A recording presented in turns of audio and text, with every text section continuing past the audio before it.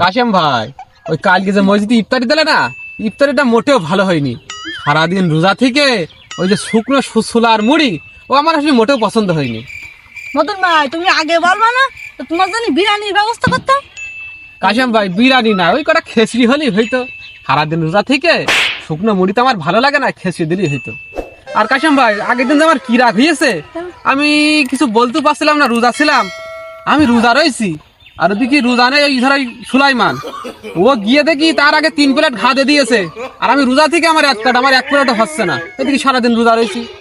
মনে হয় থেকে থেকে মসজিদে ইফতার দিলি না, মানে যাচ্ছে কেন মসজিদ আমার, কারণ ইফতারের সময় ভুল ধরে গিয়ে এতগুণ করে খাবে, আবার মনে করে বাড়ি নিয়ে আসবে, জীবনে তো রোজা থাকবে না। তাই তুমি তো এমন বলছো, তুমি তো মসজিদে একদিন ইফতার দিতে পারো। আরে ভাই, আমি গরিব মানুষ, আমি আর কনে ইফতারি দেবো, নুন আনতি পান্তা ফুরাই। তাই যে কামারুল আছে না, কামারুল তো বিরাট বড় লোক, মন আমলা মানুষ, সুদ খেয়ে গিয়ে মেলা টাকা হয়েছে, ও তো একদিন মসজিদ ইফতারি দিতে পারে, ও দিতে পারে না কেন? মদন ভাই, তা বললে তো হবে না। ওই যে কামারুল সারা পাড়ার লোকের ইফতার দিচ্ছে, তোমার এখনো বলিনি কি? তুমি কি গ্রামের কেউ না নাকি? হু হু, ওরে বাবা বাবা, ওই সুদখোর কামারুল ইফতারি দিচ্ছে।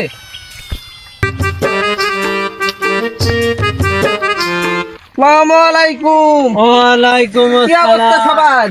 কি ব্যাপার, তুই নাকি মসজিদে বড় ইফতারি দিচ্ছিস?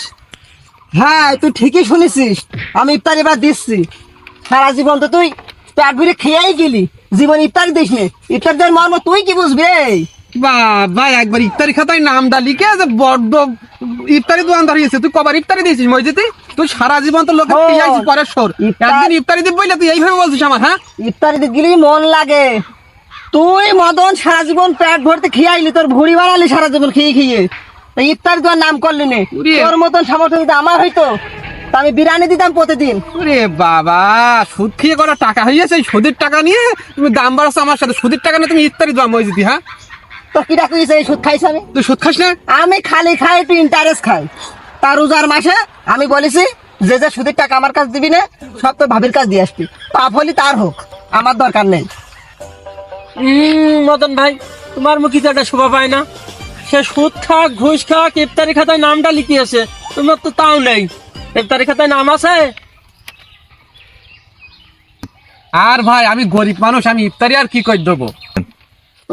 মদন ভাই, হ্যাঁ, ইফতার দিচ্ছে এইটাই বড়। তুমিও তো ইফতার দিতে পারো, তোমার গইলি আর 8টা গরু আছে, 12টা ছাগল আছে, তোমার 8টা গরুর ডেলি 3 কেজি করে দুধ হয়, 3 আটা কত 32, এই 32 কেজি দুধ 100 টাকা করে, এইখানে 3200 টাকা।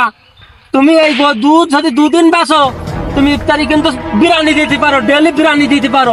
মানুষের দোস্ত মন লাগে, মনটা বড় কর। আরে মদন, ইফতারি দি আমার মতন কলিজাওয়ালা দিল লাগে, উধার করে দিয়েছি, দেখবি কি কি দিই আমি। চাচা, তা তুমি কি ইফতার দিচ্ছ একটু জনসম্মুখে বলো তো শুনি আমরা। আর বাবু, 3 ধামা সিঁড়ি আছে আমার 8 বছরের গাড়ি, আর চিনি দিয়ে আর হালকা পাতলা একটু দই দিয়ে মিরি দুবান বিরাট আয়োজন করেছি, বিরাট।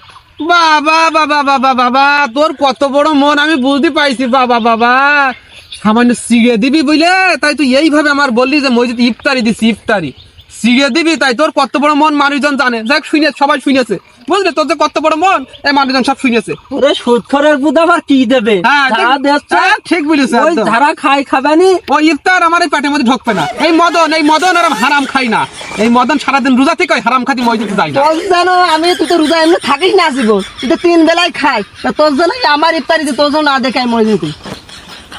ইফতারি দেখবো না, আমরাও যাবো না। ওই বাড়ির পাশে যদি মসজিদ, বাড়ি দিয়ে আসে তা খাবানি। ওই সুদখোরের ইফতার খাবো না, বাড়ি যদি দিয়ে আসে খাবো, তাছাড়া খাবো না। হ্যাঁ।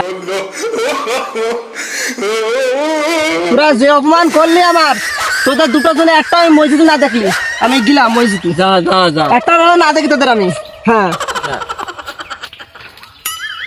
আরে দোস্ত, ওর সাথে গন্ডগোল করাই ভুল হয়ে গেছে, কারণ আমাদের দুজনারই হাড়াপানা প্যাট, তোরও তো হাড়াপানা প্যাট।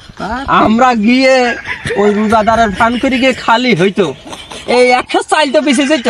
ওরে দোস্ত, তো চিন্তা করা লাগবে না, রোজা তো আল্লাহর রহমতে একটাও নেই। আর 30 দিনই মসজিদে ইফতার দেয়, একদিনও মিস করি নে।